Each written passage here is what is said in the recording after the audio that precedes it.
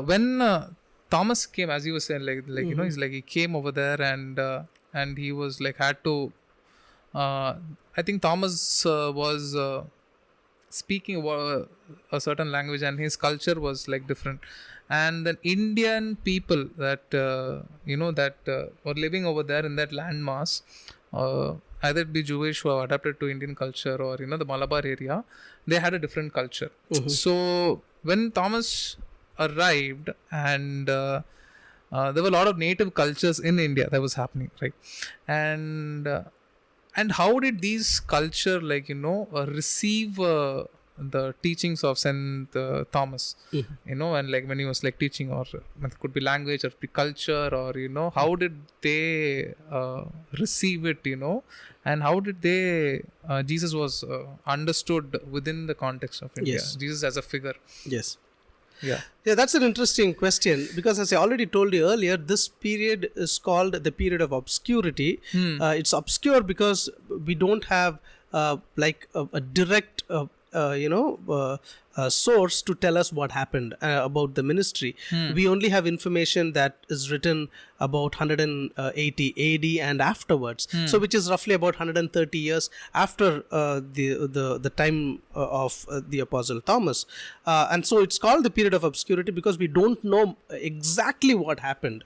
But based on the writings of the disciples of the Apostle Thomas and their successors, the information that I just shared earlier, some of the conclusions can be made, and we have some archaeological records to support those conclusions. And that is this, that the St. Thomas Christians, who were then absorbed into Syrian Christianity. The Syrian Christians, started migrating from Persia down to India from the 4th century onwards. Okay. So it is evident from their historical records and their writings, and some, archaeological records. We have some plates, we have some epigraphical evidence to suggest that as well, that the St. Thomas Christians were culturally accommodating to the local, people.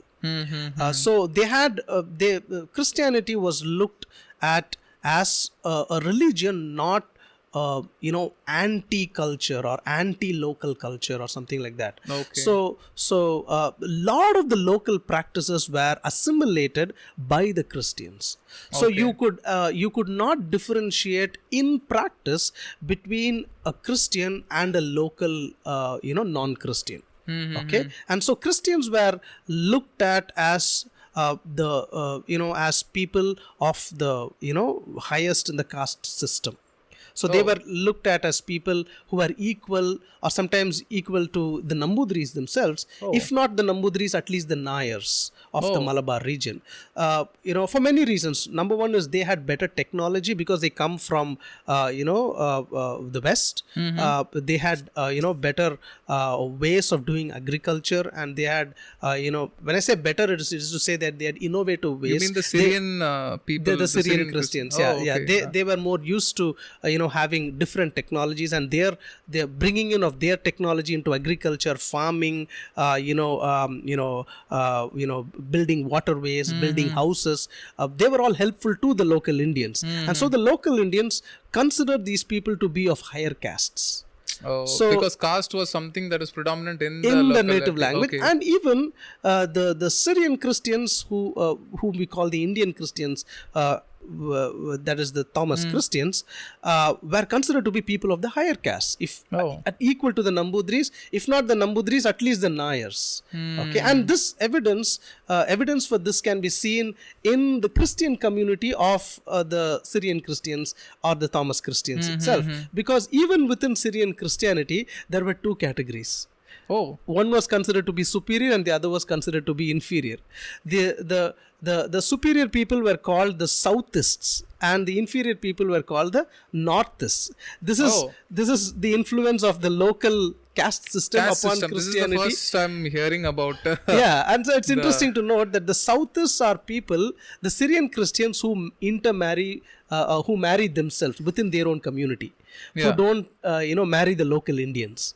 So they were considered to be more purer than those Syrian Christians or Thomas Christians who married the local Indians. Oh. They were called the Northists. And so, like how you have in the Indian, culture, you have one particular caste being superior and the other being inferior.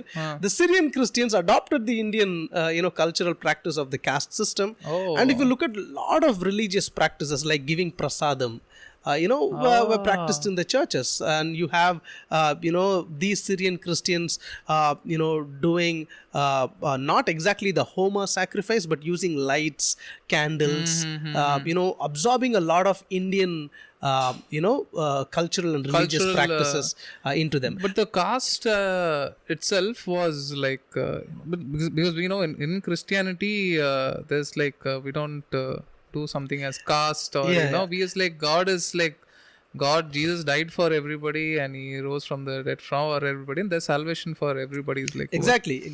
But the all this became an issue only after the Europeans came. Before the Europeans came, most of the Christians, 99% of the Christians were high caste people.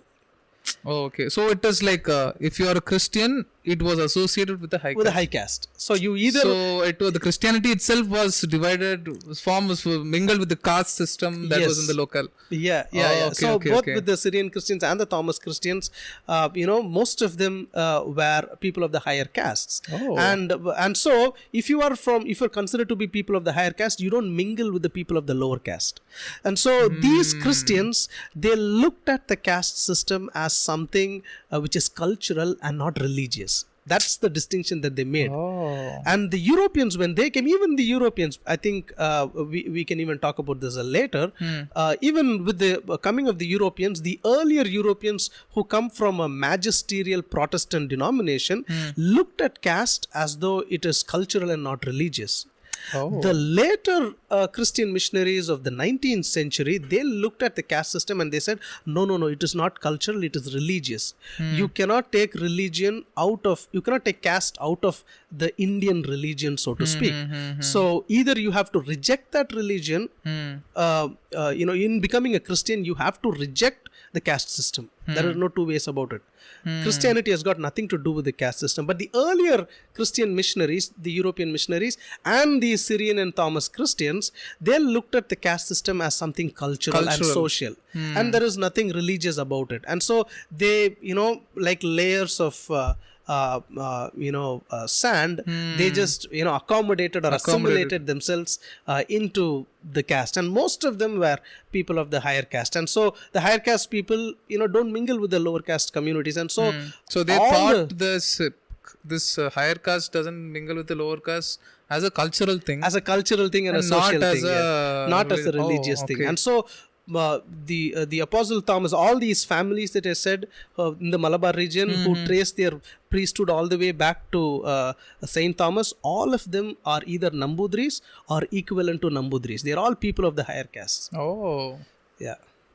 So I think that is one of the main things that I've learned in this conversation now, is that it was like perceived as a cultural thing. Yes. And how that caste has been having a hold on the religious, the ideology of Christ, for everybody, that God is free for all. I think that has been huge eye-opening thing that I had this in conversation right now.